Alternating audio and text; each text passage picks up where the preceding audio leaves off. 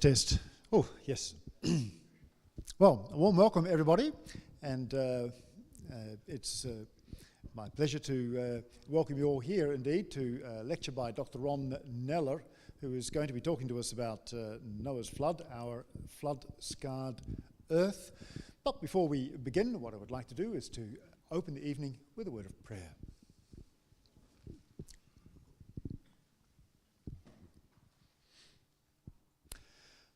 Our Lord and Heavenly Father, we give you thanks and praise that we're able to come together this evening, that we're able to reflect upon your creation and upon your earth.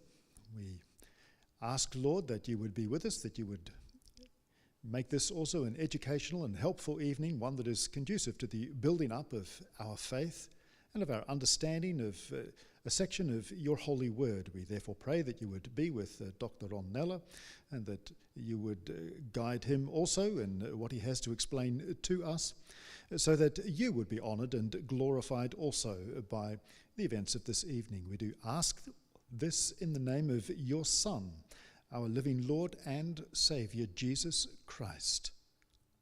Amen. And without further ado, I would like to introduce to you Dr. Ron Neller, and he will tell us a little bit about himself before he begins the lecture, and also of the CMI, the institute that he works for. Dr. Neller.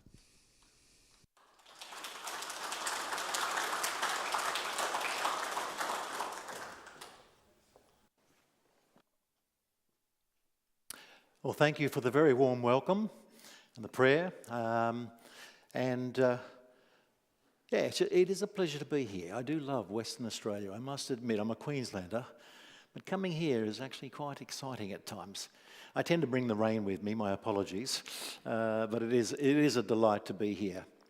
And as you heard, tonight's topic is a flood-scarred earth, and I will be introducing you to numerous lines of evidence that help me come to understand as a scientist that the global flood did occur.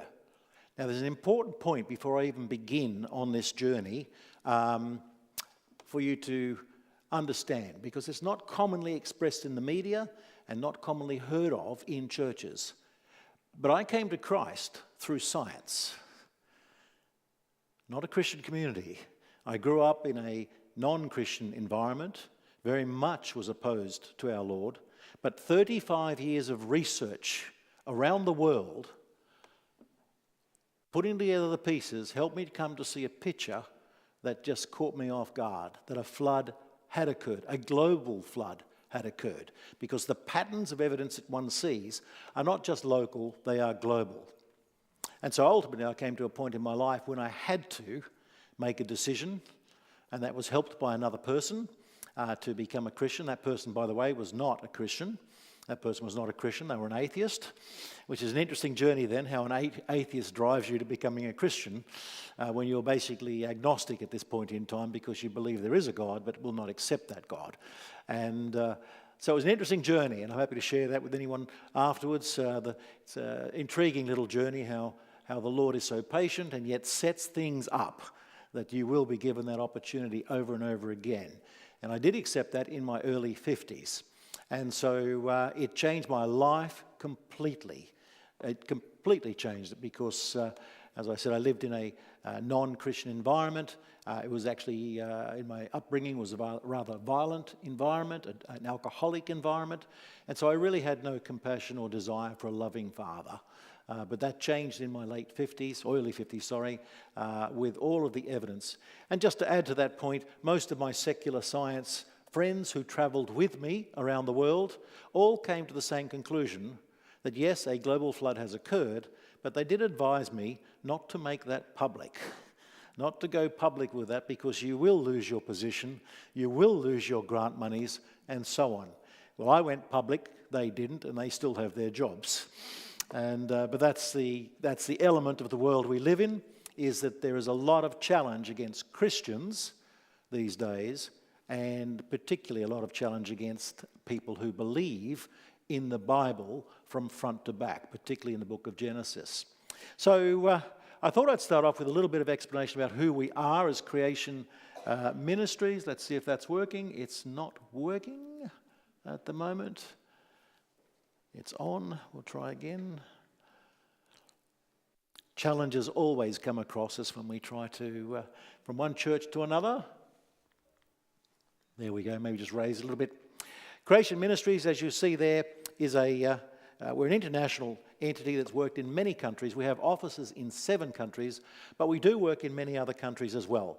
So I have spoken in Japan, Taiwan, China in the underground church, and I've just come back from Singapore and Malaysia, having spoken over there, particularly on the Old Testament, but particularly the book of Genesis, and on various topics. We are a apolitical, non-denominational ministry, and we are a team of scientists and speakers. Now, when I refer to speakers, I also refer to theologians. I also refer to pastors who are also out there speaking on our behalf. We're a non-profit entity, so in other words, our products are there designed not to make money, and they don't. They're designed to link and feed. They're designed to connect with you, to give you resources that you can link and feed to other people, if that makes sense. So we try to equip you to actually do, because we are too few to be spreading this message and helping others do it. And we share the message of the truth and the authority of the Bible and the relevance. And that's what I hope to do today. Just to give you some idea of the people that are involved, just to make sure you understand we are a group of scientists. I've just chosen 3 and you don't read that, by the way. Don't bother reading that. But this particular gentleman here, Jeff Downs, is a good friend of mine in Tasmania. He's particularly an expert in trees, and he has not only a PhD but 2 postdoctoral fellowships. That makes him an incredible scientist. He has indeed something in the order of about 75 peer-reviewed international articles, which will beat most Australians in the academic world. Private consultant, done incredible work, has won the CSIRO's Chairman's Medal and a few other things as well, and has been appointed an International Academy of Wood Science scientist. Now he's a Christian, but also firmly believes in the Bible and the creation message. Just to give you another example, overseas now, we have here Dr. Jim Mason, who's an engineering research company, has a PhD as well. Previous research scientist moving on there, nuclear physics is where he was at, McMaster and so on. He's done incredible work in defence work with navies, using passive and active sonar systems and so on. And he's currently Vice President of an Engineering and Chief Technology Officer responsible for research and development. So when I first came to CMI, I thought I'd be an important person. I quickly found out I'm not an important person. My qualifications, although they were good in an academic sense, I was a bit overwhelmed by this. And I guess the one that impacted me the most was actually Jonathan Sarfati. Jonathan Sarfati has a PhD in physical chemistry, working in words that I almost can't talk about, high temperature superconductors and cesium-containing ring and cage-shaped molecules. I went, whoa, okay. He published in the Journal of Nature, the world's best magazine. Nature and Science are the 2 world's best magazines. He did so at 22 years of age. That is incredible. I don't think anybody that young has ever published before in that journal. And he is a chess master and drew with Boris Spassky. Boris Spassky could not beat him. Again, he is also a Christian and a person who firmly believes in the creation message. So it's quite interesting. Now, we have hundreds of scientists like this who are top, working with us all around the world, but we're not often recognised, and we're certainly highly criticised. I just want to show you an example of a few of them. One I'm going to be working with very early next year is a chap I call Con. He's a Singaporean Rice chap. Did his PhD here, by the way, at the University of Western Australia, and has been the only person in this entire region awarded one of the highest medals for agricultural production research. And so I'm going to enjoy travelling with him through Singapore and Malaysia again in the early part of next year. So I thought I'd just cover that just to help you understand that this group, today you're on the short end. You've got me, okay, when you could have had some incredible other speakers here today. But that's all good. We are creation.com. We have a website called creation.com. Very easy to remember that, is it not?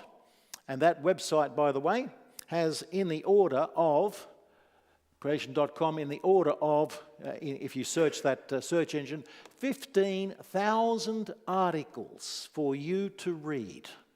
So you've got a bit to catch up on there. 15,000 articles on every topic you could imagine, whether it's astrophysics or what I'm talking about today, about landscapes or biology and so on. 15,000. So I'd love to have a Q&A session here. I'm looking forward to that at the end. But if you do find you cannot get your question in or I'm unable to answer, first of all, we have 15,000 articles. You can type in a word in that search engine there with the red circle around it, and you will find dozens of articles that might help you. If not, by the way, we have a Q&A system open to everybody. No matter who submits a question to us, even if they're an atheist or a false teacher, we will answer the question. What we do is we take your question and we'll send it around the world to the most recognized scientist who will answer that question for you. So, and then they will respond to you within about 2 weeks by email. So don't be afraid to use that as a system as well to keep you up to speed. I'll try and do my best today in the topics that I am familiar with, but if you're going to ask me about black holes and superconductors, I am not going to be able to answer those sorts of questions. But certainly we can help you in your journey in that manner. We also have to keep you up to date. Whilst we have written 15,000 articles and we're writing more every day, I have 2 being published at the moment for you. We have what's called info bites, and afterwards you can sign up for those. There is simply every 2 weeks we'll bring you up to speed with what is new happening. Now, it's not written for a scientist, it's written for the community. So it might be something like Hollywood has produced another version of Jurassic Park. We will tell you very quickly what is correct about that movie and what is incorrect about that movie, so that you can then help your family, and particularly children, to understand what that is.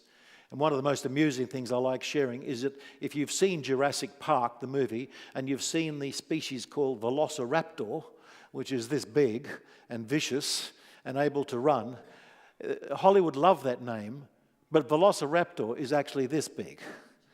It's a duck with claws.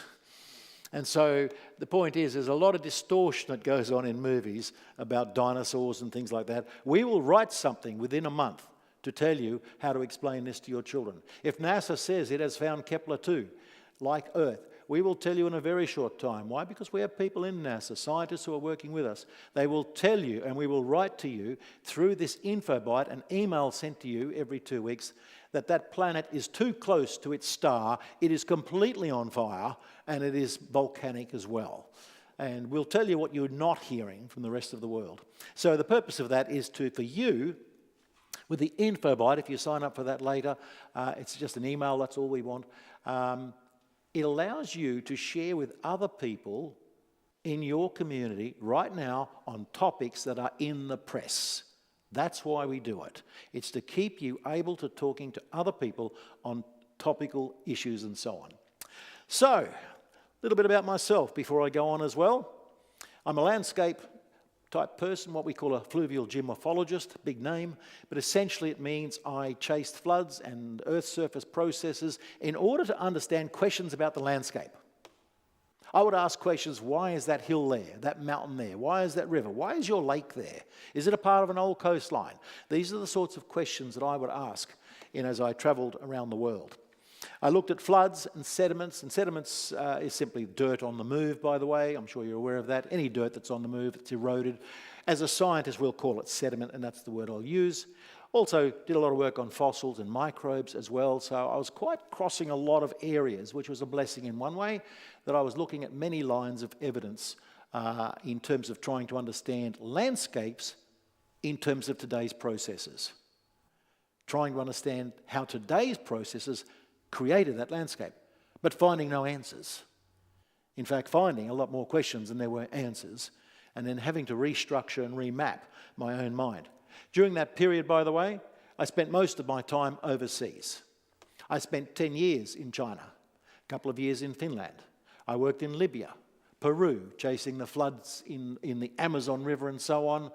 Pacific Islands, particularly Cook and Fiji Islands, they're looking at erosion and landscape changes there as well. USA, South Africa, Australia, Russia, and many other countries. I spent much of my life travelling the world. And that was interesting as I was travelling the world, because I was able to see so many different landscapes, but equally to see the same landscape in multiple locations. And what is fascinating about it as a scientist is you'd find one landscape here, say a water gap, which I will talk about and mention to you, where a scientist said a water gap is created this way. You'd go to another water gap, and it looks the same, but the scientist in that location will tell you it's a different formational feature, a different way of creating it. In fact, I went to 9, and I got 9 interpretations, yet it's the same feature. But it's affected by their upbringing in terms of education, their culture, even their faith even affects them as well in terms of their decision making and so on, and their own paradigms, what they've been taught to believe and so on. And so I enjoyed travelling the world, learned to speak Chinese, Cantonese, learned to speak Finnish as well, and part of that travelling around was because I was trying to, from a Christian point of view, well, I wasn't trying to be a Christian, but I was trying to identify who am I? What am I? If you're raised in a dysfunctional home, as I was, and particularly one that was alcoholic and violent, you are seeking your identity. And so that's why I travelled the world. I was seeking identity through other cultures and purpose. I was seeking security and so on. So I had a love of mammon, I had a love of promotion, and so I researched as hard as I could to come up with new ideas. And as I did, I was plagued with these constant repetitions of landscapes that I'll share with you that helped bring me to Christ later in life. And so it was an interesting journey to go through all that. Did it challenge me at times? Yes, I won't go into the details, but I was shot at. I was arrested by multiple foreign governments. I've been gassed and robbed and attempted kidnapping and all the rest of it. When you go to remote places on the planet to study remote landscapes, things are going to happen. But fortunately, the Lord was with me the entire way, protected me, and ultimately I was able to give my life to Him. So, as I travelled the world, I was teaching that evolution, and I don't mean just biological evolution, I mean landscape evolution, if there's such a word, about the so-called age of the earth and what processes create it and so on. I was teaching this worldwide, that the emphasis of sediments and landscapes and fossils all pointed to evolution. Why? Because I was taught that. It's what is ingrained in you during your undergraduate degree, your honours degree, your PhD. It is pushed on you. It's a paradigm you must accept. If you don't accept that paradigm, your career comes to a very abrupt end. There's no opportunities for research monies, positions, and so on if you disagree with these paradigms. And so one of the things we do have to be cautious about is that the scientific world is riddled with paradigms, and particularly reliance upon authoritarian thinking of people who hold positions of stature in science and ways of thinking as well. So I taught that for 35 years, that evolution. Now I thought some of it does point back to the Bible. How did I know that? Because in those days, when you were raised, you had scripture classes in primary schools. Now they don't happen anymore in this country, I don't think. They certainly don't happen in Queensland, where I come from. And so I was at least embedded with a little bit of understanding of the Bible, so I thought some of these features might point to a Bible, but I put there very thick lines indicating that I was taught and proclaimed evolution was the way we move. But one thing that was really interesting, I was blessed with a professor two professors, who said, "Ron, please understand what science is." Because the media, and to an extent today, the educational systems will argue that science is factual, that science is truthful. What they're really referring to is the left side of the diagram there, and this is a simple comparison, by the way, it's not a detailed one, but they'll argue that science is essentially experimental. In other words, we can duplicate and replicate each other's work. Now that does apply fairly well in areas like chemistry and certain parts of physics and so on. What do I mean by that? I mean, if I gave you a chemical experiment, outlined all of the procedures, the chemical ratios, the mixing patterns, the glassware, all of the rest, and you follow exactly in my footsteps, you'll get the same answer as I got, would you not? Because if you did not, I would question your laboratory styles, because you should get the same answer. That's the way it is. It's duplicatable, replicatable, and that is considered what science is. But the majority of science is not like that at all. And I was instructed as a young graduate and PhD student, be very careful of how you look at landscapes and so on, because the bulk of biology, the bulk of geology, astrophysics and so on, is not replicatable, duplicatable. What do I mean by that? I mean, were you there when that plant was created or that rock was created? The answer is no. Can you recreate that? In the majority of cases, no, not without using the plant itself. And how do you understand the landscape, for example? If I find a rock over here and a rock over there, and they're similar, do I say they're part of the one formation? Was I there when they were created? No. Was I there when maybe they were separated? No. So how do I draw a link between one and another? The answer is I have to use an interpretation. Now it says historical, but I much prefer the word interpretation there instead of historical. Historical meaning a forensic approach. I prefer interpretational because I have to make an interpretation. Now you'll see that throughout the fossil records completely. We find a small piece of fossil. How do we then develop a creature around that? It's an interpretation based on some rules that we have, but often we get it very wrong. And so the majority of science, unfortunately, where I was working, I wasn't there when it was created. I had to use limited, scattered data to try and interpret it. Is that sort of coming across clear? Because it is so important to us to understand that when the media announces that science has found this wonderful new outcome, ask yourself the question, or ask them the question, is it replicatable? Is it duplicatable? Because I certainly can't replicate a black hole, can I? And test it. It can't be done. So if there's a statement of a major discovery, understand this, it's an interpretation. It's not factual. That is why science changes so much day to day, whereas the Bible does not. That is why science half-life, if you consider the change in knowledge, which is 50% of science will be wrong, is now less than 3 years. It's fascinating how we place a faith in science, and I love science, don't get me wrong, but one must be cautious to say that is a factual or truthful outcome. Unless it's replicatable and duplicatable, I hold it with caution in my mind. So as I traveled the world, I was looking at interpretations as I was trained, not accepting the alternative view of science. So, tonight I thought I'd just touch on a couple of things, have a bit of an overview of various landscapes, show you some pretty images from around the world, and an interpretation of some of that, some of the elements of it. What I hope to do in this process is bring to you that these various lines of evidence all come together to give you an interpretation. It's only going to be an interpretation, whether it's a secular interpretation or a Christian interpretation. It'll give you an alternative interpretation, which I think is far more powerful than the secular view of evolution, and that is that a global flood occurred. Now, I'm only talking here about landscapes.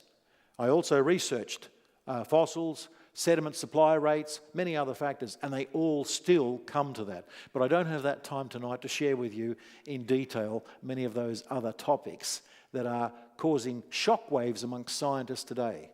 And I'll finish on that point before I get into here. Today, science is struggling because we have developed technologies, incredibly so, over the last 30 years, and what it has revealed to us has shocked us about this planet.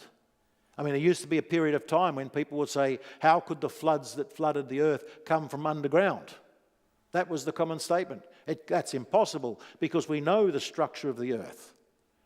Well, we now know we don't know the structure of the earth. We also know now that 3 to 10 times more water exists underground than it does in the oceans today. In other words, the Lord didn't open all of it up, He just let some of it out. You see what I'm saying? These are scientific discoveries that is stunning us and catching us, all of it pointing back to the biblical and creation message. And so the more we unfold with new technologies of the earth and so on, the more we become confused as scientists that it's no longer agreeing with our paradigm.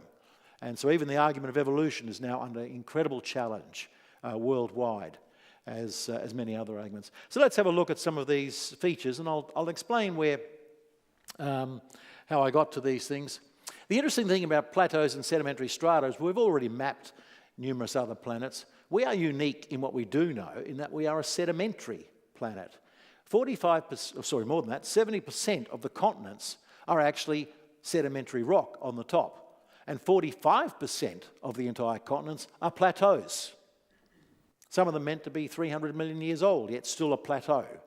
Raises questions how, with all sorts of weather patterns and so on, you've still got plateaus over 45%. In fact, Africa is 60% of plateau. And that's a surprising thing. Now, we have been to Mars, and we've looked at other planets. They don't exist like that. So something has happened on Earth that is not happening there. And you might argue, well, we've got an atmosphere and all the rest. But let's look at a few other features about these plateaus. Invariably, wherever you go in the world, there's a beautiful plateau with very minimal disturbance on top. And then on one or two sides, it will have very steep slopes and be gently fading or gently tilting in the other direction. This is so common worldwide. Now, something carved those valleys in there. And interesting one, of course, is the Katoomba Valley in New South Wales, near Sydney. The fascinating thing about the Katoomba Valley, we cannot account for that valley by the river processes themselves. In fact, we're not being silly here. Fascinatingly, even Charles Darwin stood at the Three Sisters, looked across that valley and said no river could ever have done this, no matter how long it had. Because the processes and the age just do not match. And so when one looks at these things, you go, well, how did that happen? And as I show you more slides, you'll see, again, reinforcement there. Now, one of the arguments of a plateau when I was travelling around the world is I had to argue and present a case that plateaus exist because of the upper layer is resistant. You've got an upper sedimentary layer and then lower sedimentary layers. This is a resistant layer. That's why it's not eroding. But when you look at places like this in Wollomombi Falls and so on, that is completely false. There's your plateau, beautiful plateau on the top, and there's your steep sides. Except here, the sedimentary strata, the layers of sedimentary material, are not flat.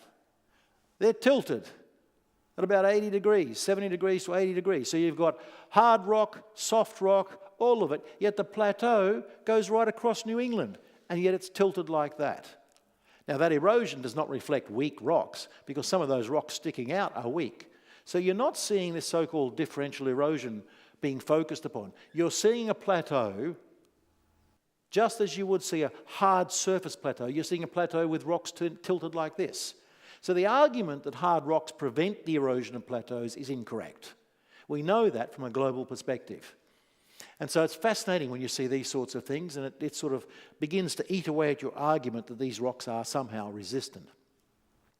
A second feature about these lovely plateaus is these sedimentary beds.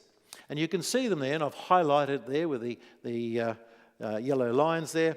And it's an interesting argument because you look at all these lovely layers in these sedimentary beds. And I'm sure you've driven through many parts of Australia and seen these quite openly on roadside cuttings, and particularly when you drive in where there are plateaus and steep slopes, for example, the Hawkesbury Sandstone in New South Wales, or even head up towards Arnhem Land and all those sorts of areas, all these wonderful layers. Now, when I was young, going through university, I was taught that every one of these layers, the sedimentary layer, had to be an individual flood.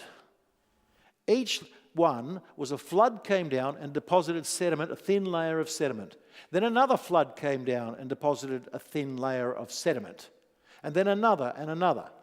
Now, after many years of research, we know that that is no longer correct at all. It is quite distant interpretation. Having studied floodplains all around the world, I have witnessed a floodplain being completely destroyed in a flood, a major flood. And I've chased floods up to 250-year recurrence interval. In other words, they're big floods. And by the way, I was occasionally washed away, had to be rescued by SES, and all of those sorts of things. Knocked unconscious once as well, and woke up next to a drain, and didn't realise I should have been thanking the Lord at that point that I hadn't been swept into a drain. But the point is, when the floodplain was rebuilt, in the same flood, It destroyed the floodplain and it rebuilt a floodplain, but that floodplain, the new floodplain, had layer after layer after layer after layer, because one flood produces dozens of layers, not one. And so this whole argument that this reflects age is incorrect. Now, the Mount St. Helens was a wonderful example again of how layers after layers can be placed in 1 or 2 days. So in fact, with the explosion at Mount St. Helens, the amount of sedimentary material and ash and so on that was washed downstream formed massive deposits of sediments over certain areas approaching a lake. That was cut about 2 or 3, maybe 5 years later by a rainstorm. Now, nobody noticed it beforehand. It was just a whole layer of sediment. But when it was cut, you would find hundreds of layers in that. In other words, the layering process, we understand much more deeply now, is dependent upon the flood, its change in velocity, its sediment supply, all sorts of things. So the argument that each of those layers represents one flood is completely groundless now. There is no acceptance of that. Yet it is still taught that it is one. Why? Because we need to keep it as one to explain the age of the earth. Otherwise, we've got a problem here. If that can be done rapidly, there's a problem. We see this even then in interesting environments where we see there is erosion going on. So this is not a plateau, of course. Lots of erosions. But what do you see in that? You'll still see the sedimentary beds. They're still there. And so this area has been subject to rilling, gullying, landslides, slumps, all of that. The fascinating thing about it again, though, is that we're seeing underground, sort of a cross-section, wonderful, wonderful lines of strata. Now, there is one big problem with that. There's a very big problem with all of this. Whether it's a plateau or an eroding landscape, we keep seeing the same thing. Now, sometimes they're tilted, sometimes they're folded a little bit. That's not a problem. The point is they're sedimentary layers all working in unison. The argument is this.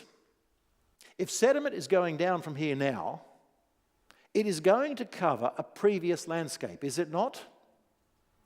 I mean, it has to. It's going over another landscape. Then how come we never see the other landscape underneath it? Let me point that out. There's a lovely top there of, say, an irregular landscape. Underneath we have these layers all lined across here. How come we never see that? We just don't see it. So are we saying that all the sedimentary rocks went down over a flat landscape? It's interesting, because when you look at your sediments now washing out, they're going over your existing landscape and burying the existing landscape. Why don't we find that in the geologic record? If this has gone on for millions of years, where's the previous landscapes? It implies straight away that the previous landscapes were all destroyed. And so this began my journey of 35 years to unravel these anomalies, if you put it that way, in the journey. Another thing about these wonderful little layers, and here's a sandstone sitting above a shale, so a coarse material on a finer material, is the beautiful beds themselves. So, let's say, so clear, so sharp. And this is not just a little bed difference going on for a few meters. This goes on for hundreds of kilometers of perfection between these two bed layers. Yet, we are told that the age difference between those two rocks, the sandstone and the shale, is 12 million years.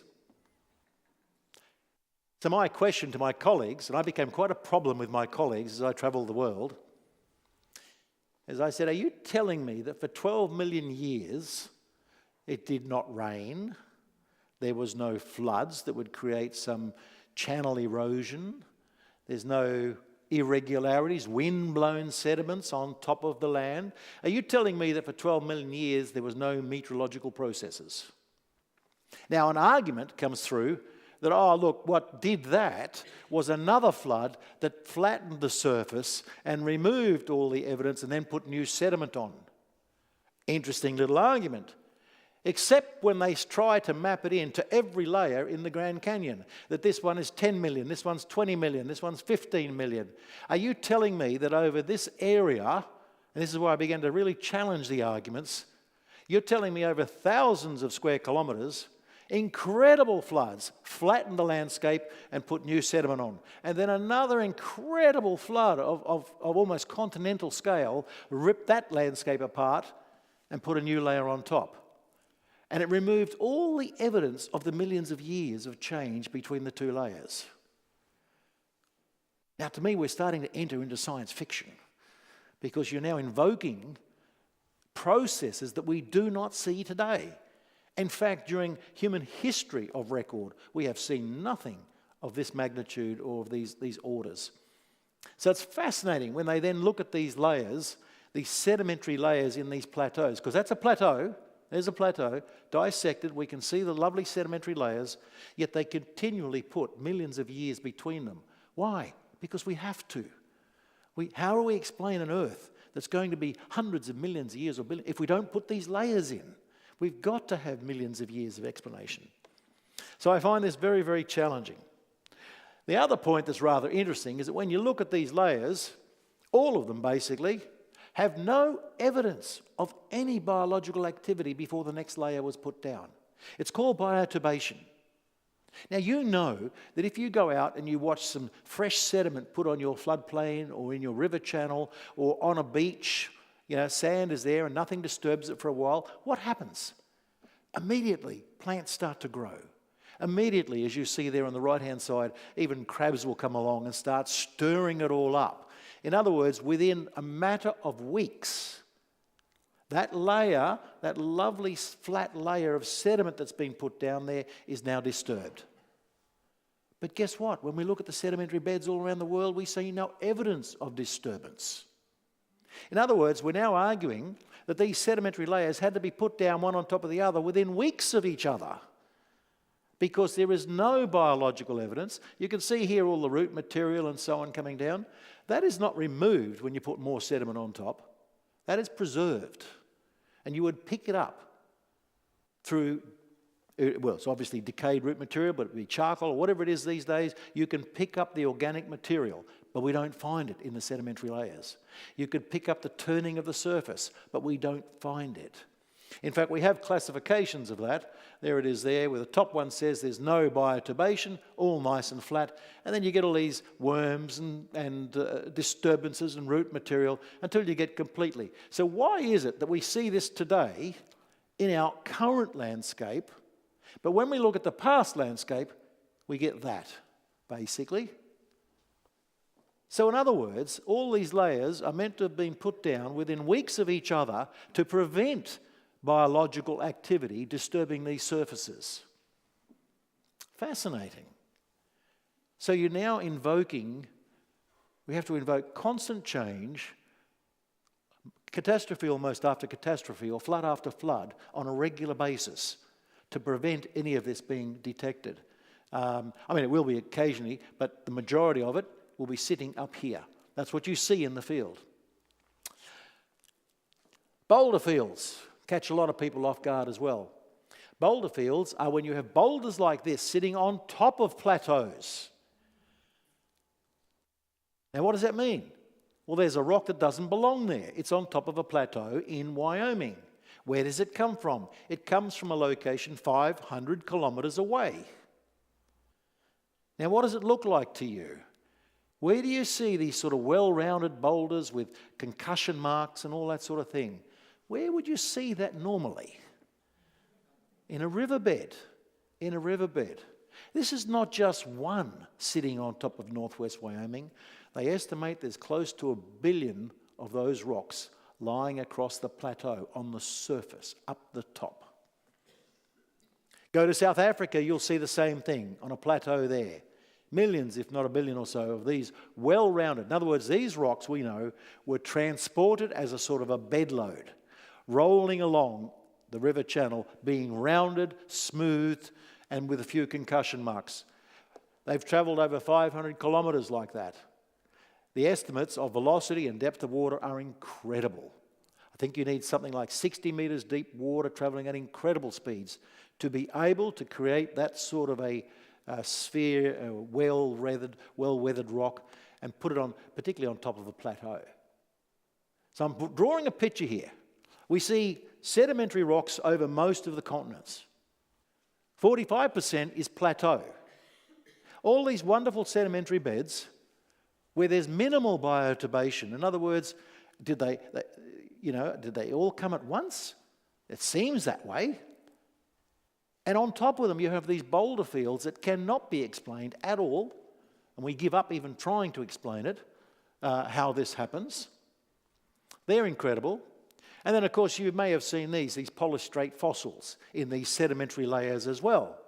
And by that I mean there's simply a tree there, and you've got the rock either side of it. It's a fossilized tree, and we have a problem with that.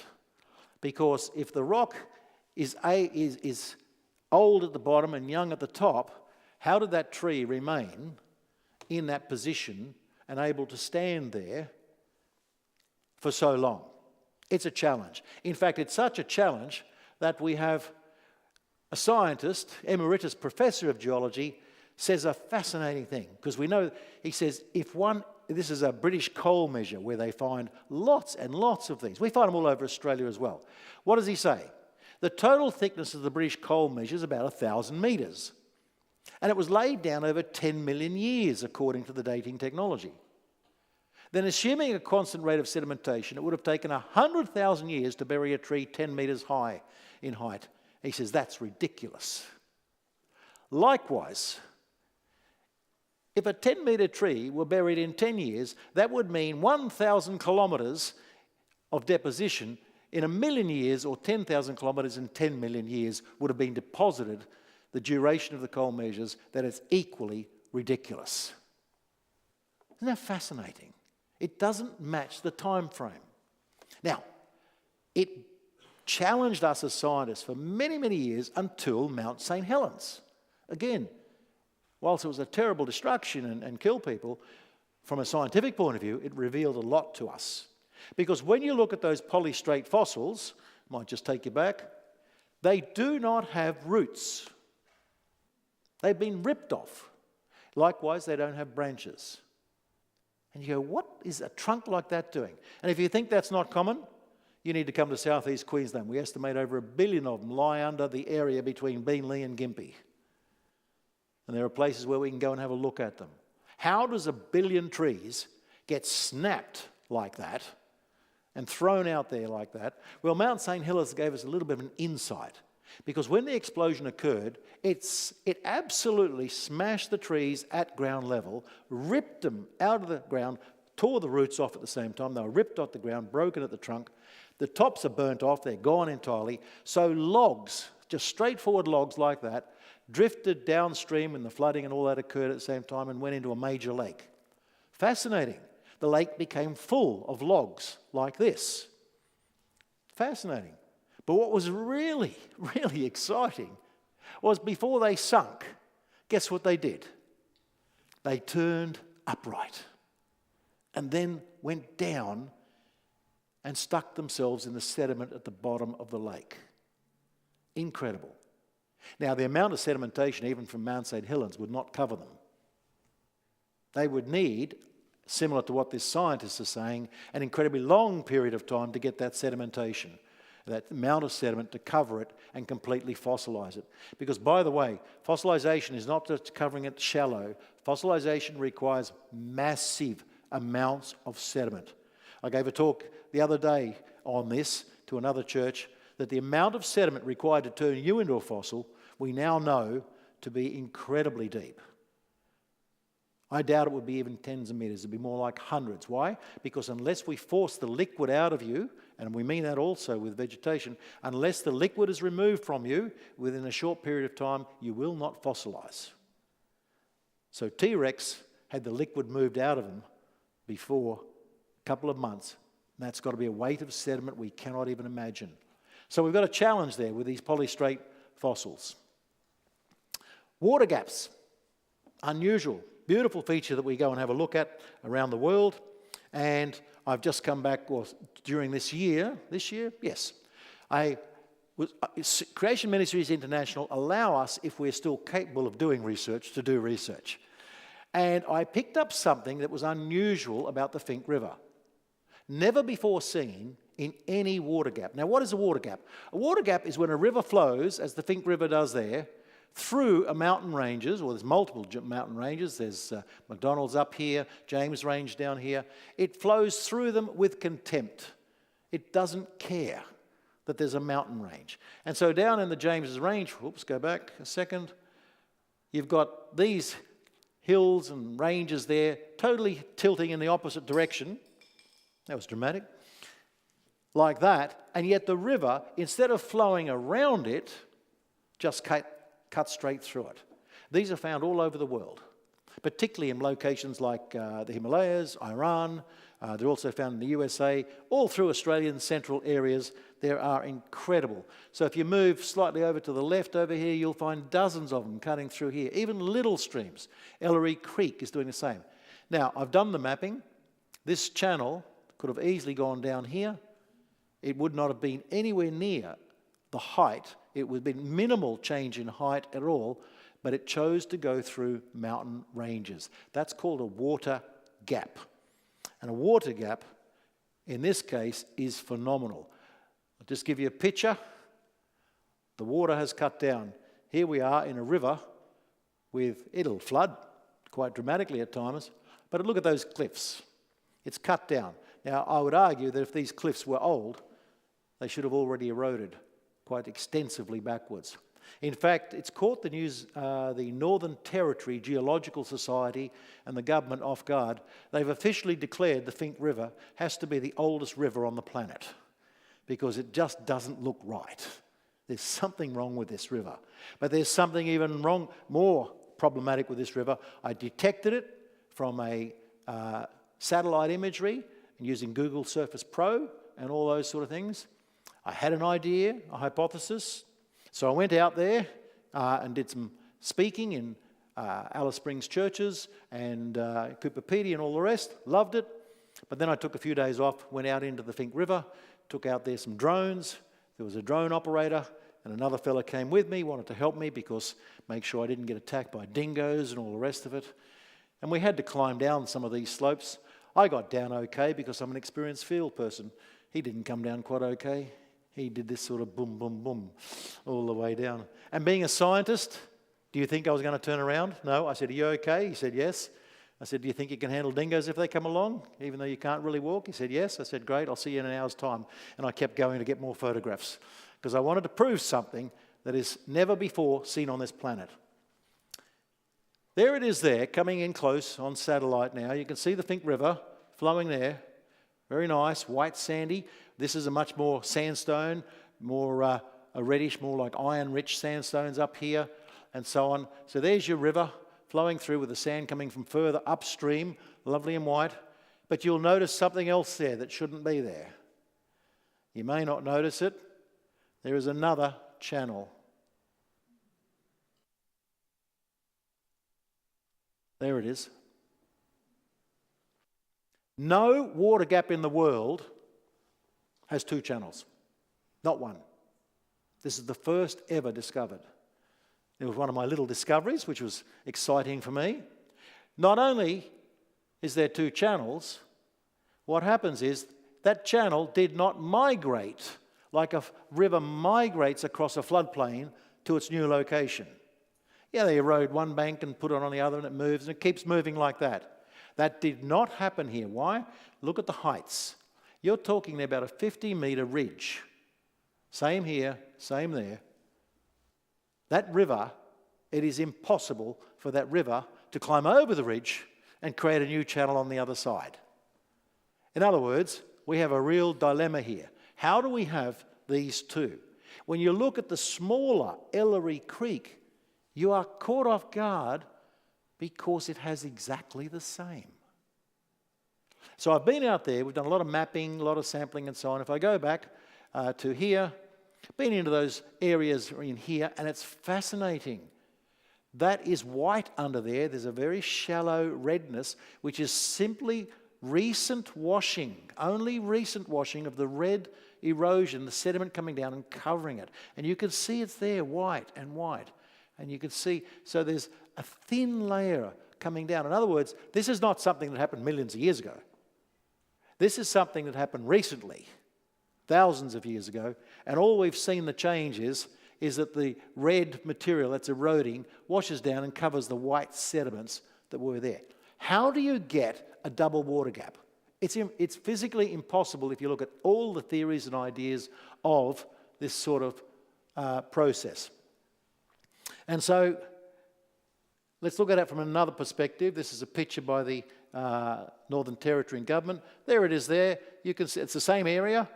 There you can see the main channel. It goes down here and goes around. But there you can see these other channels. You can see there's a ridge there. It doesn't migrate from one side to the other. It's impossible. What you're arguing, if you argue along those lines, is that the river filled up the entire valley, overflowed it so much that it created an even deeper valley next to it. That is physically impossible, cannot be done. And so what did we find? We found that that's not the water gap there. That's not the water gap there. The entire thing is a water gap with two channels. In other words, a massive water gap.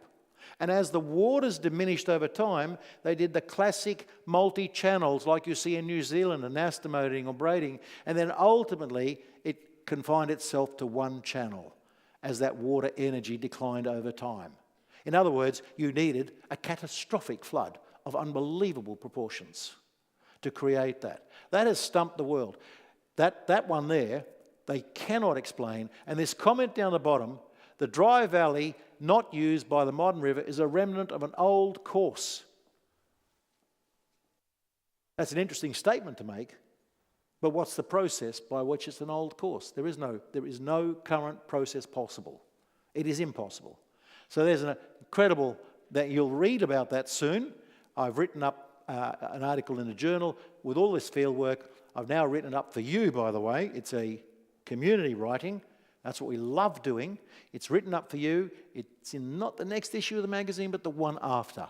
And you'll hear all about it there as we do our research and show people that this is an incredibly, all of these signs are an impact of a flow of water that goes beyond anything that we see today or could even imagine. And the last one, just to bring you up to speed, is underfit rivers. I did my original research on underfit rivers, looked at them all around the world. It's when a valley appears to have been carved by a larger river than is currently in it. And I don't mean a river that should be, a valley that's 10% bigger or 12%. I'm talking about was carved by a river that was massively bigger. Now, there was a lot of research done on this in the 1960s, 70s, and 80s, particularly by George Dury, a chap who found that 50% of all the rivers in France were not created, all the valleys rather, 50% of the valleys in France were not created by the rivers in them. Impossible to do, and that's a secular scientist. And as a result of that, I even did a thesis and wrote international papers on it as well, but I'm looking at it from a secular point of view and not giving an answer. Couldn't find an answer until we did a lot more research on this. Now that is an underfit river. What does it mean? Well, what you see there is a little river. There it is. It's in central New South Wales. But there's something unusual about that little river. Whilst you've got your little meanders here, have you noticed that you've also got your big meanders? Right, now we've got a problem. So I'll clarify that a little bit more. There's your little meanders in another section, and there's your floodplain. That's what we see. There's your meandering river, the dashy one. Oh, no, the solid line there. And those outer boundaries are your floodplain. That's what we've argued in the Murray-Darling for a long time, not realising we're not seeing the picture properly. It's only when we brought in Landsat, satellite imagery, did we start to see a different picture. Again, similar to me travelling the world, we're seeing a bigger picture. We're able to put together all these different pieces of information. And what do you see then when you come out a little bit? Let's have a look at that one now. There's the little river Well, it's not a little, but it's a real. There it is meandering away, all the way over. But it is itself in a larger meandering thing. And guess what? With all of the drilling work done out here and here, guess what we found out? The current floodplain that we see here, the floodplain, let's say around those green bits there, around the river, is not a floodplain. It's the previous channel. So what you see out here is the floodplain. In other words, there was a river there of unbelievable magnitude compared to the current river there. Now, the problem we have with that, there's a very simple, real problem with that one, is that the amount of discharge, the amount of river flow, the amount of flood we would need to create a river this big with a meandering, because I won't go into it, but every river channel basically in an equilibrium has a 10 times the width of the channel, gives you the wavelength, etc. There's all these rules of geometry that you must follow. When you follow those rules of geometry, George Dury came up with the statement that the flood flow had to be 20 to 60 times larger. We've got a big problem with that. First of all, you can't have flood flows 20 to 60 times larger because the atmosphere cannot generate that amount of water in that size catchment. So you've got a certain catchment there. You see, when you talk about a 100-year flood, and it's a certain size, when you talk about a 200-year flood, you're not doubling it. You're only increasing it a small percentage. It might be 100. If you say that's a 100-year flood with 100% water, then it's 110% is a 200-year flood. This is 20 times, 60 times larger. Well, the world went into chaos over this. How do we explain runoff that is impossible in catchments of this size? The atmosphere cannot even generate that amount of water. You'd drown as a person breathing it, even if it could. And so we have a real problem with underfit rivers. So what do? We abandoned it as a research line. There's most of the world's valleys, including Katoomba, many others, larger than the river, and we cannot explain it because we will not explain it by a catastrophic flow. In other words, let's put that together. Plateaus, steep side on one, more gentle side on the other. On the gentle side, we find these underfit rivers. As the water rushes off, I'm just trying to put together a global flood now. I'll go back a step. Let's start from the beginning. Global flood absolutely ripped the planet apart. There's no issue about that. We know it, whether we're secular or Christian, this planet was ripped apart. In fact, it was last year, the first scientific paper ever came out saying there's a global flood because the evidence is now overwhelming. But what do they say? It had to have happened millions of years ago. Couldn't have happened 4,500 years ago. But the fascinating thing is the evidence of a global flood, of a flood-scarred earth, is so strong today. We've had our first publications coming from the secular world saying a global flood has occurred. But it's not a biblical one. You're not allowed to say that. You can't say that. So here we go. So the Lord then, in one of the Psalms, says, I will raise the land with my hand and lower the sea fall. So as the land is raised, you've got to remember it's all sedimentary strata. It's all the ripped the planet apart, is deposited as sediment on the bottom of the ocean. It is lifted up. And as it lifts up, the water rushes off. Now, in some parts, it's going to cut massive gorges as this incredible water pours off. In other parts, it's creating large floods over the more gentle surface of the land. You're not getting any biotubation between those layers. Why? Because they're all deposited underwater. You don't need to put a year between each one because they're all deposited at once. So what I began to see worldwide was this incredible evidence that all that came to be. And so I changed my tune as an academic. Having traveled the world, having now held professorships in 3 different continents, coming back to Australia, setting up a science faculty, setting up research centres. The one I loved, of course, was the one I set up on Fraser Island. I could go up there and have a good time. But it was a very successful research centre. I became a federal government advisor on natural heritage management. I became a state government, Queensland advisor on parks and wildlife management. I wrote the OECD paper on how universities should become engaged more with the public and industry and so on and stop pretending to be silos. But I was challenged by this. Why did everything point towards the Bible? Everything. And I began to make comments that I believe God exists. Did that get me into trouble in universities? Yes, it doesn't matter if you're a professor.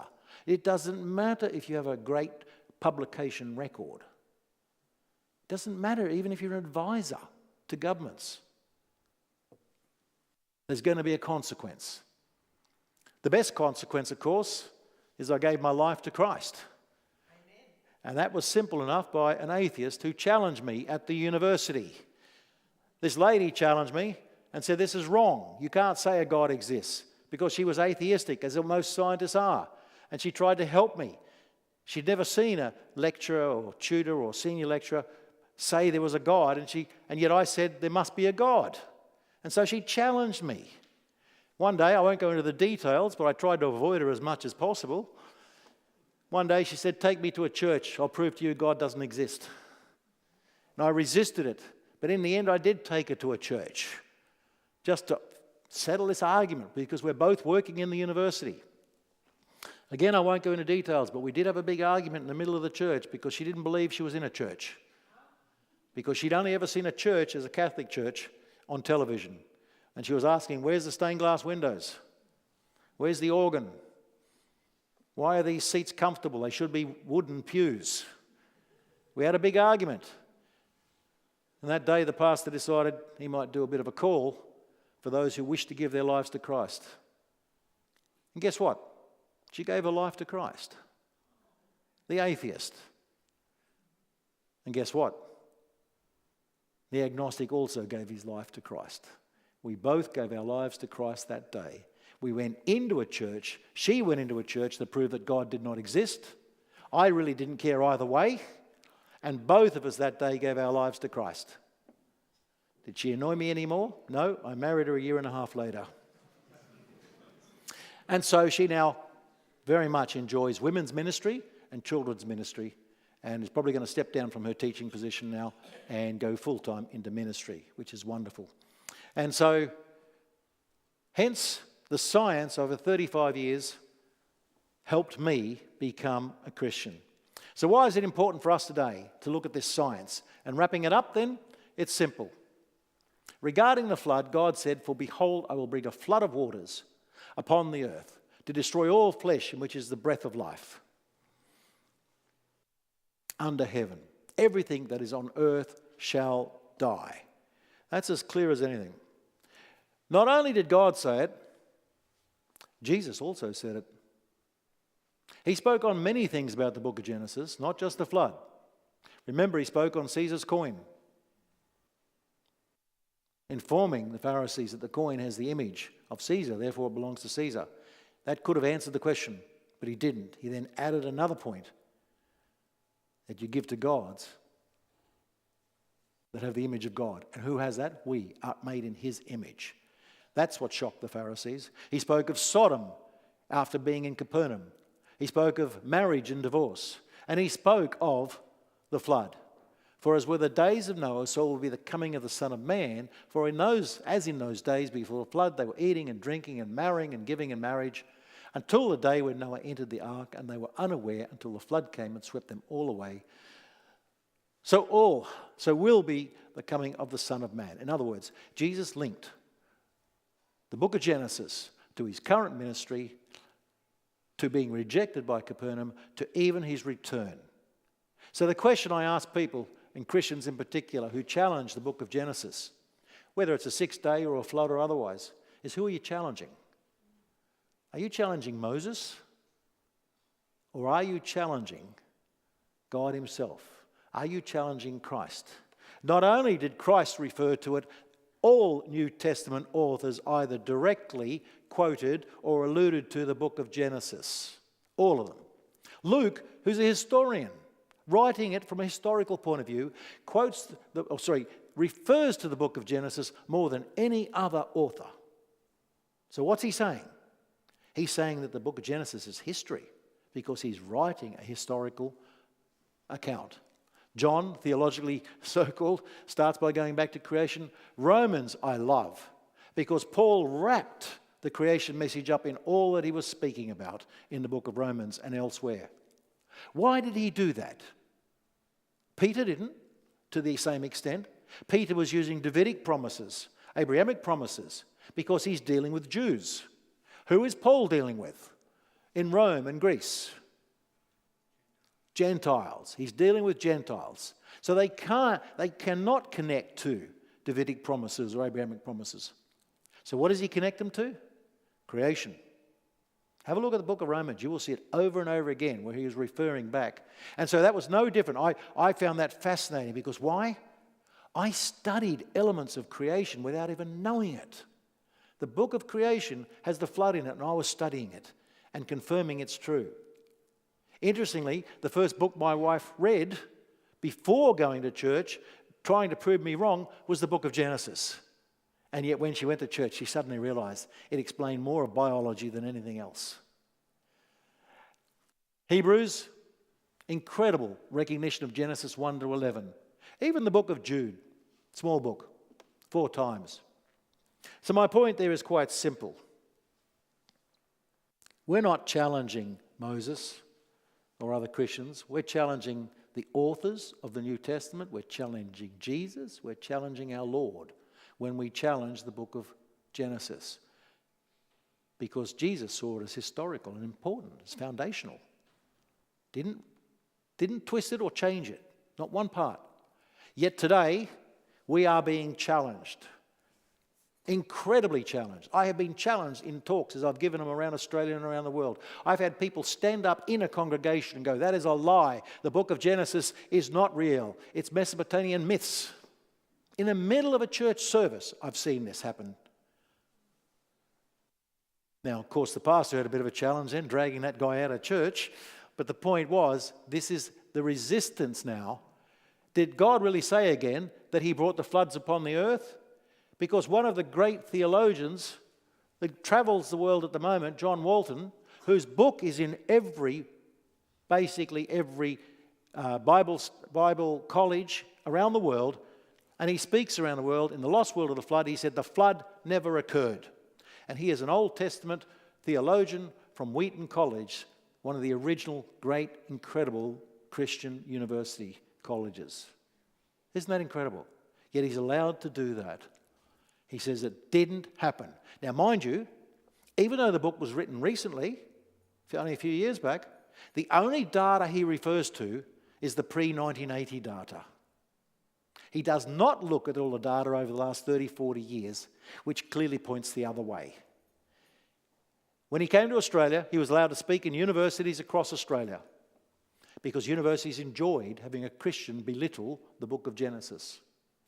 Creation Ministries International asked the universities, let's operate as a proper university, put a speaker up against him, let's have a public debate.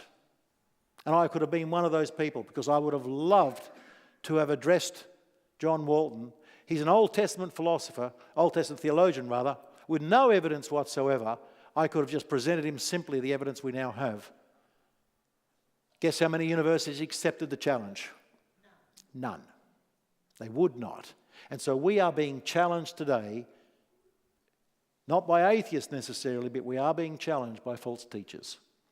I'm not saying necessarily he is, but he's certainly misguided.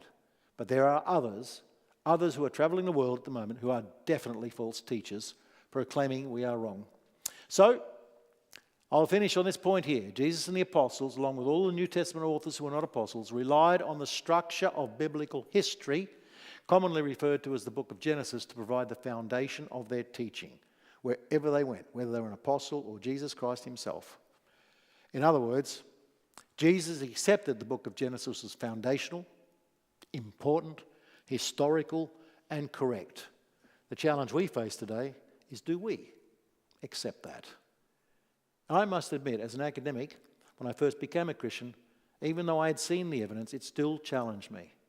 But we have to look at it critically, the evidence, and as I did, and I did a lot more research, I really started looking at research. more and more. And as I did, I became absolutely, and then just gave my life and said, that's it. It's now, it's an argument I'm not even going to go into. And so I fully accept that the book of Genesis is important, foundational, accurate and correct. And I think on that point, I think I have... Oh, no, we've got the magazine, of course. You can wander outside and have a look at all those sort of things. That is the tool that is incredible in the 21st century. That is the tool that turned my family of alcoholics, 1/3 of them gave their life to Christ. Why? Because I subscribed to the magazine book, and then I read it, and then I gave it to somebody else. I gave it to family members. And some of them were a bit unhappy with that. But in the end, 1/3 of my family accepted it from just doing that. Because I didn't know how to talk to people as a Christian. So what did I do? I just gave them a magazine. I didn't have the training to do all this in those days. So I gave that away, 1/3, and they've stopped drinking. And the whole family's come back together again. My wife, family of an atheistic family, 50% have given their lives to Christ. That's incredible. And it was simply through the magazine.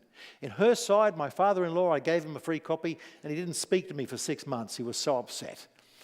But then when he had a major injury and was about to lose his leg, he asked for us to come and pray for him, and we did, and he didn't lose his leg. And he asked afterwards, you remember that magazine you got me? Would you get me more of those? I'm interested. And they've now given their lives to Christ. I'm not proclaiming myself. I didn't know how to connect to people. I wasn't trained in a church to do all this discipleship work. We found that an incredible tool to use. So when I ended up in hospital with a major brain tumour, we can talk about that another time. I've actually been studied by a PhD student because I'm a miracle survival. I actually left that magazine and my wife took it all around the hospital and people praised and gave their lives. It was amazing. So I'm lying on a deathbed while she's out there saving people, which was wonderful. But in the end, it was all good.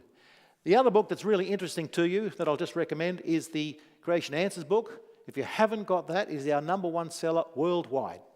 Why? Because it deals with over 60 questions that you will be asked if you are recognised as a Christian.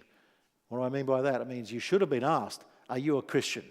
If you haven't been asked you're a Christian, you need to look at how you're presenting yourself within your own community. But I'm not being critical. I'm just saying that was me in the early days. You know, was I acting like a Christian, or was I still being prideful and arrogant as I was as an academic? Which I was. I held that pride and arrogance for some time after I became a Christian. That book has over 60 questions that you will be asked as a Christian. For example, if somebody comes up to you and says, are you a Christian? And you say, yes. Well, who did Cain marry? Now, I don't expect an answer. I expect some of you would need to go rushing back and say, no, we'll catch up tomorrow. Rush back, pull that red book off the shelf, and there is a 2-pager in there about who Cain married. Suppose somebody come up to you and says, are you a Christian? Yes. Well, if God created everything, who created God? What do? Catch up tomorrow for a coffee. Yes. Race home, pull that book off the shelf again. How do we know that? Because we've done research worldwide on the questions you are being asked. It's good to know the answers. Why? Because false teachers and atheists do not attack us necessarily over Christ. Have you noticed that? If I challenge you over Christ, you're going to be strong. You're going to stand firm. But how many Christians can I challenge over the book of Genesis? And they go, oh, I'm not sure. Did it really happen in 6 days? Did the global flood really occur? Did Sodom really blow up? You know, we are doubtful often on the book of Genesis. That's why we are targeted on the book of Genesis as brothers and sisters in Christ. A few others. Look, there's a little $5 book there, Genesis Flood. Another one there for those who've got students at university who need a bit of support about what they're facing within university. And trust me, as an academic, I can tell you what's really going on in universities. In one case, a lecturer walked into first year science and said, I need to get to know you all. Put your hand up if you're Christian. And they did. And that lecturer then turned to the rest and said, see these bunch of idiots? They will fail this course. It's terrible. And guess what?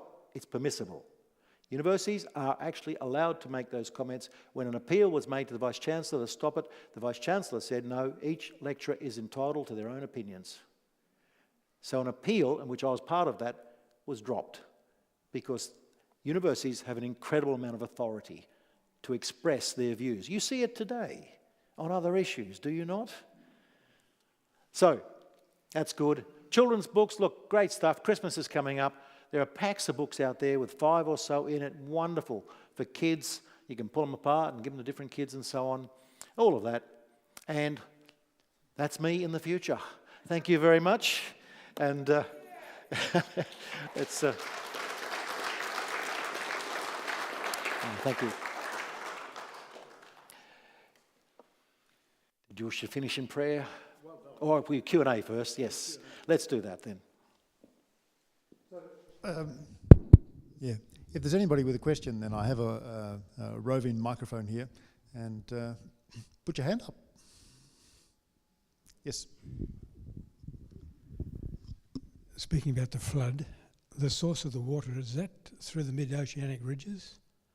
Question. Fascinatingly, when you read our material, you'll see some commonality. But when you see creation scientists behind the scenes, they're thumping each other like academics do. Because we were not there. Coming back to that diagram I threw up before about is it interpretation or not, we were not there. Therefore, we can't go back and reenact what happened. My personal belief is that the ridges were essentially that, because the water that we've now discovered is extremely deep in the earth. Extremely. Now, for that to come out, it's not going to come out through our drilling. So we tried that in Libya. It's not going to work. And elsewhere, it had to be in incredibly deep fissures in the earth. The only thing I know that can do that is the continental plates that would have been burst open and allowed the water out. But that's a personal opinion. That's my basis of all those years of thinking about it. But then again, other creation scientists with different views might look at it slightly differently. Again, as I mentioned earlier, if you want more on that, go into creation.com. You might see, particularly in the journal articles, you'll see us having discussions of this in a deeper level, much deeper. And if you don't get your answer, send us a Q&A. It'll most likely be sent to someone in the States who's a real good expert in this, and they'll give you their opinion as well. But it will still be a viewpoint. But I'm agreeing with you. I think it's very much the fissures. Anybody else? Yes.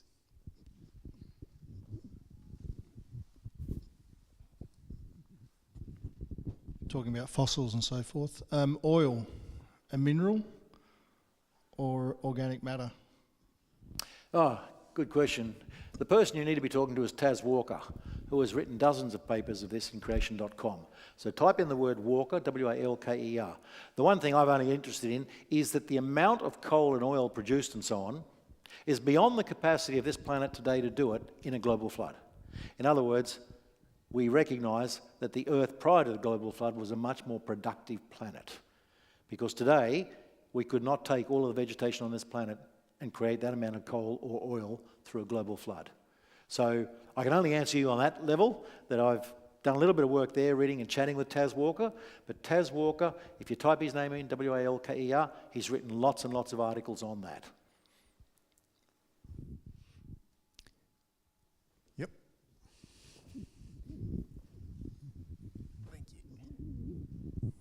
Thank you for your talk.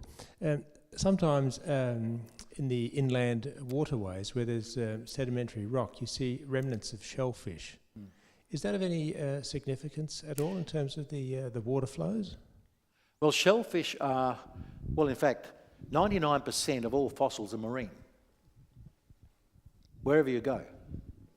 So that's why we know that the mountains, for example, were not there, because Mount Everest isn't covered with marine fossils. It is embedded, marine fossils are embedded all the way through Everest. In other words, Everest rose after the flood. Because if you look at your sedimentary rock structures around the world, the Andes, the Rocky Mountains, all the rest of them, they have filled with fossils through them all the way through, and so on. So it's not surprising that you'll find shellfish, marine of any sort. 99% of all fossils are marine. They're not mammals, they're not dinosaurs. They're extremely rare. They're marine, so it's not surprising. I don't know whether I've answered the question, but is that what the... Yeah, because the sediments were already present. But there's fossils between these sedimentary layers. Oh, the fossils between the sedimentary layers. Well, what you'll see with any flood, and this was interesting to me, is that in any flood, and I was studying major floods around the world, I was looking at the Yangtze in China, the Amazon there, and then small rivers everywhere else, is the flood will sort things according to its flow patterns, turbulence, velocities, all sorts of things. You'll notice with the flood now that the cars are put all over there, the cows are put all over there, and the humans are put over there. Now, the same thing happened with fossils. They are sorted. So the argument that they represent a historical sequence is incorrect. They are sorted as though it was a death sequence.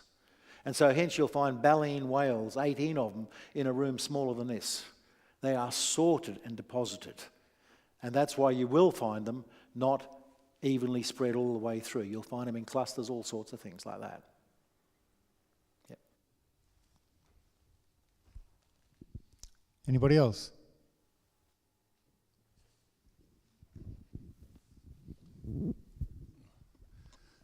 Thank you for your talk. Something you just said has intrigued me. Was the world created flat and the mountains came after the flood? Was the world created flat? I would say no. One of the things we need to be cautious about is the argument of a flat earth was actually created by a person deliberately to upset Christians. It's not a Christian argument.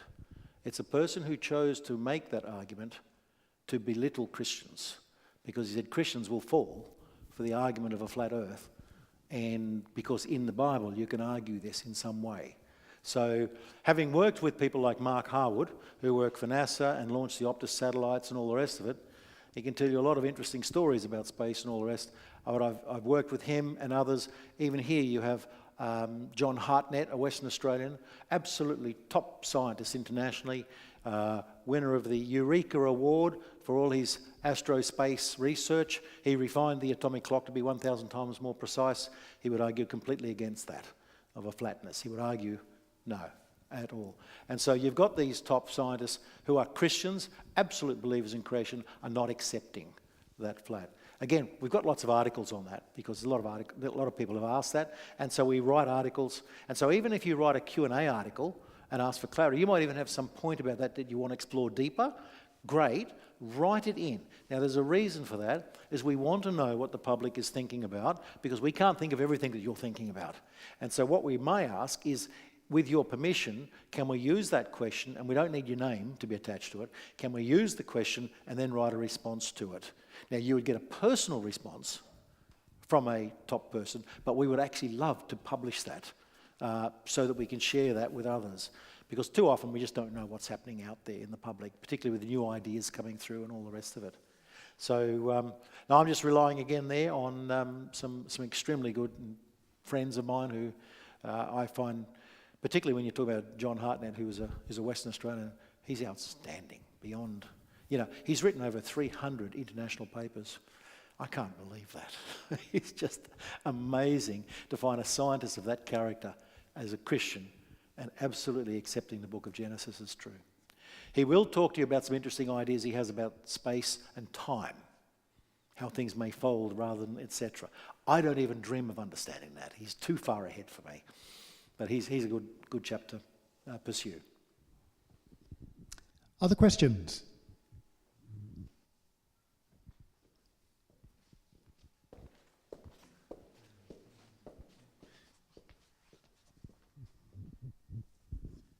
Thank you very much. I love your passion and your expertise. In two questions. One, West Australia, when you fly over to the north there, you see a lot of flat and you see a lot of, looks like old rivers. Was that evidence of flood, or was that more recent? Is my first question. And the second one is, could you just maybe refresh why is so much of the Earth in sedimentary flat layers? Just maybe explain that a little bit more for us. The first question, I haven't looked at it, but I have seen equivalents in Eastern Australia and overseas, as I've studied them overseas. I have read things, but look, it was so long ago on reading a lot of that WA stuff when I was studying Australia, and a lot of that needs to be refreshed in my mind. Yeah, it's just been too long. But when you do see these relics of rivers that are large, to me, these days, I always pondered it, But these days I'm suspicious that they are the original flow, what we call the receding stage of a flood. It's when the last of it's flowing off, it does actually begin to form giant rivers and all the rest, and then dissipates, and then what you're left with is its remnant, its pathway. And so I'd have to have a look at it, but I don't see a challenge in that. It's just getting time to go out there. I was pretty upset with Creation Ministries this time because it's flower season and I wanted to go north and see the fields of flowers, and they said, no, you've got to come back again, you're going to speak here and here and here. And I said, come on, just give me 1 week in WA so I can go up north. And I would have used it. I always love to do the research and the actually enjoy the environment. So I can't answer that. Now the second point you had was on the sedimentary layers. Yes, they're worldwide. Now they're not all perfectly flat, but the one thing is they are actually often parallel, even as they tilt and so on as the rest of it as well. But they are found, over 75% of the planet is covered in that. And I don't mean just covered shallow. There are some sedimentary deposits 16 kilometres deep. So when you try and calculate the amount of sediment material in that, and then you map that into modern day processes, it just doesn't match. You cannot put that amount of sediment in there in modern day processes. Even with so-called climate change, you're still not going to get it. It requires an event that goes beyond our imagination. And I think that's one of the problems that a lot of us have. And it took me a long time to accept the global flood because I had to think of a quantum leap to volumes, velocities, turbidities, everything beyond my comprehension. Because it's just not another flood. It's something beyond that. So, was that second question along those lines? Or? So you feel that sedimentary all occurred during the flood? Yes, I'm going to ask you during the flood, because anything prior to the flood would have been ripped apart. Anything prior to the flood, because there is no evidence of past landscapes. It's all gone. So, no point going to look for the Garden of Eden. You wouldn't even know where it is. I mean, the Middle East didn't even exist prior to the flood. This whole thing is a silly trying to say, it's in the Middle East. That's where Noah landed. That didn't mean Noah took off there. You know what I mean? There's no evidence of any of that. We can't go back and do that. But yes, from my experience, and it's experience again, I can't find or have any idea how sedimentary rock would be older than the flood. To me, it's all a deposit of massiveness in one event. And hence, the fossil sequence is not an evolutionary sequence, it's a death sequence. Because one thing about the sediment, getting a little bit more complicated now, whenever you look at a flood and you get a hydrograph rise and it goes up and it comes down again over time, if you imagine that's the height or the volume of the flood over time, and you get the rise and then the decline, the sediment doesn't do that. The sediment flushes in the first instant. The moment the whole thing begins, the sediment rises dramatically and then drops. By the time you reach the peak of the flood, 90+% of the sediment's already gone. So in other words, the sediment moves in that first moment when the ripping apart occurs and then the deposition occurs. So when the flood reaches peak, it's already over. That's why, to connect that in with the fossils, 99% or 90%, 99%, I forgot what my figure was, doesn't matter, heavy big figure is marine, because they were the ones susceptible at the very first stage of the flood when the sediment was there to be able to fossilise them.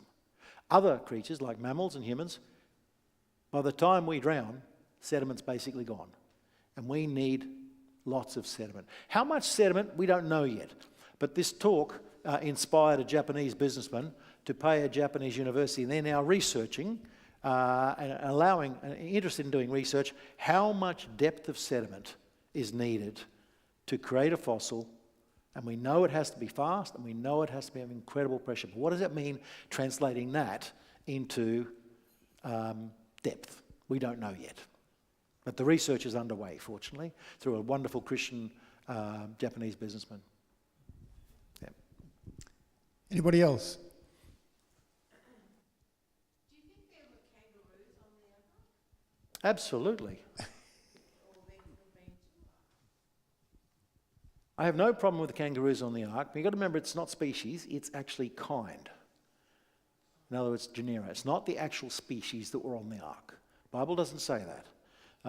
It actually refers to the next level up in the biological scale. I mean, you've got to be careful. We think in our own scales and categories and so on.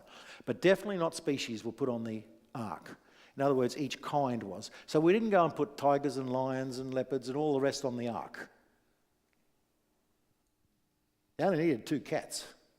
They have the capacity with natural selection and internal processes of their genetic structure and so on to produce all that. That's why they can actually interbreed now. And so that's quite, it's quite common. There's no issue there. And so as for kangaroos, though, coming back to that, kangaroos' fossils have now been found in South America. Equivalent, slightly different type of kangaroo. So the argument that we find kangaroos in Australia because they're Australian and therefore were separated by millions of years, I'm going to put out another argument just to complicate things a little bit better. We do know pretty much that immediately, because atmospheric scientists, top atmospheric scientists, said immediately after the flood there was an ice age, a single ice age. It occurred at the time of the Tower of Babel. In other words, when the people separated, all continents were linked together. Australia was linked to Southeast Asia. It had been a shallow water at the most. All of them were linked together. So it allowed then for people to migrate, for animals to migrate, and so on. Once the waters rose again, and it was quite rapid, it was only over a 700-year period roughly, once the waters had risen again, they now all became isolated. We make the interpretational mistake saying kangaroos are only here, therefore they must have evolved here over millions of years. No, this is the only place they survived. They probably would have gone out. Now, not all species move out in all directions. Got to remember that. You know, because they're each requiring a different environment. So that's just complicating it a little bit, but happy to chat more on that later. But yes, we have found remnants of equivalents to kangaroos in South America. Time for one more question. What do evolutionists believe in? Do they think that the rock cycle acts in different areas and the land rises up at different times in different areas? Well, in terms of the questions about evolutionists, what do they believe in? Their argument constantly changes according to the evidence we find. So the original argument that challenged Christians was what's called uniformitarianism, that things all occur at the same rate over time. In other words, we look at today's processes and then we go back in history and say those processes must have been the same in history. And therefore, when you look at the rate of sedimentation or the rate of uplift of rocks, you go back in time and say, well, therefore the earth must be very, very old. But in the end, that didn't really sit well. So then emerged the argument back in the 80s of catastrophism. Now, unfortunately, I became a part of that because I wrote an article on catastrophism in about 1984 or something, and made myself famous and got to rise the ranks because I was arguing for occasional catastrophes. Why did we need occasional catastrophes? Because we knew that uniformitarianism by itself was not good enough. Whether it's in biological evolution or geologic landscape change, it's not good enough. So we assume these processes are the same, that's uniformitarianism, but then, boom, we have a catastrophe, and then we're back to uniformitarianism again. In other words, an evolutionist now has every argument they ever wanted. What happens is they then use the combination of uniformitarianism, catastrophism, or anything else to come up with an answer. But this is a silly way of doing science. This is just picking what you need to fit your paradigm.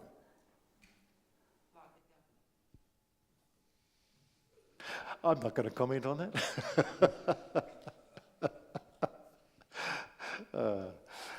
Thank you. Well, Dr. Nella, thank you so very, very much once again for your talk this evening. I think it's inspired many of us to do some good thinking, and hopefully people will make use of the resources that you've pointed out. And what I would like to do now is give thanks. Our Lord and Heavenly Father, we give you thanks, Lord, for the evening, the informative evening we've been able to have tonight, and we pray that you would receive the honour and the glory for that as we consider the depth of your holy word and the fact that we indeed can and ought every day to be relying upon that. We thank you for that gift that we have, and we pray that it would be our rule and guide also in our own lives. We ask that you would Also help us to be witnesses to your word in our own lives. Open our eyes to the opportunities you give us also to spread the truth that can lead also to an embracing of your Son, our Lord and Saviour Jesus Christ, and therefore a reconciliation with you, our Creator. We do ask this in the name of your Son, our living Lord and Saviour Jesus Christ. Amen.